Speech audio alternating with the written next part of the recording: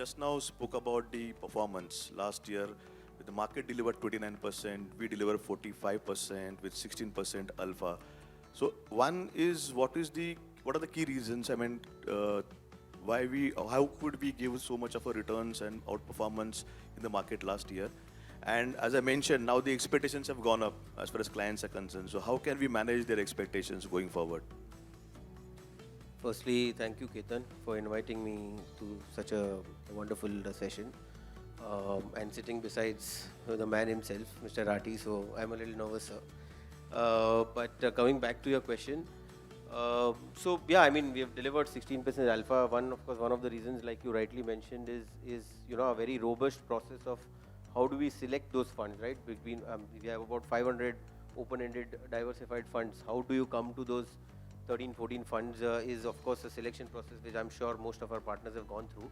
But if you have to attribute one single largest factor, if you ask me, is our call that we took last year of moving, from 10-12% small cap to about 30%. And from the outside world, it would obviously at that moment would look very courageous. But like that we believe in a lot of data and mathematics, and then we take calls of how do we want to move forward. So if somebody was sitting in April 23, if you had just seen last year return of small cap was about negative 8% return.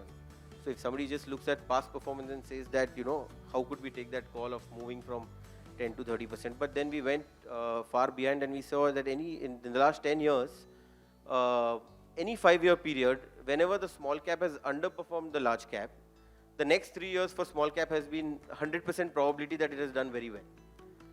Then we went far behind to 2005 as well, and then we saw that there's a 80% probability. So that's from a back-ended perspective. But we also look at what is the potential from a 1-year target price, because several analysts actually give their view on what's the target price of the underlying stocks in the index, and we saw that it was clearly showing that small cap is likely to outperform, and that's where we took the courageous call of moving from 10 to 30%.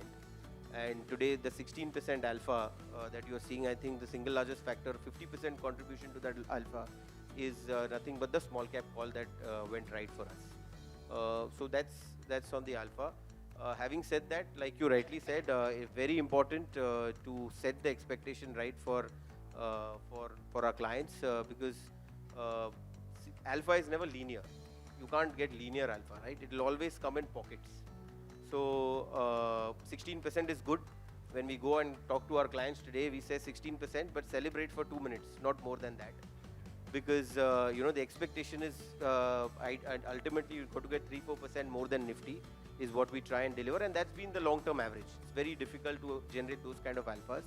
So you will get pockets of years where you can probably see negative alphas as well. But overall, if I'm doing 3-4% alpha, then I think the compounding itself creates huge wealth, and that's the way we are setting the expectation. So going forward in the next 2-3 years, like we have seen, the earnings estimate on the Nifty is about 10-11%. Even the nominal GDP growth, which is what the reflection of most of the stock market returns are, is about 11-12%. So 2-3% more on that is what our expectation is, at least from a 3 to 4 year period.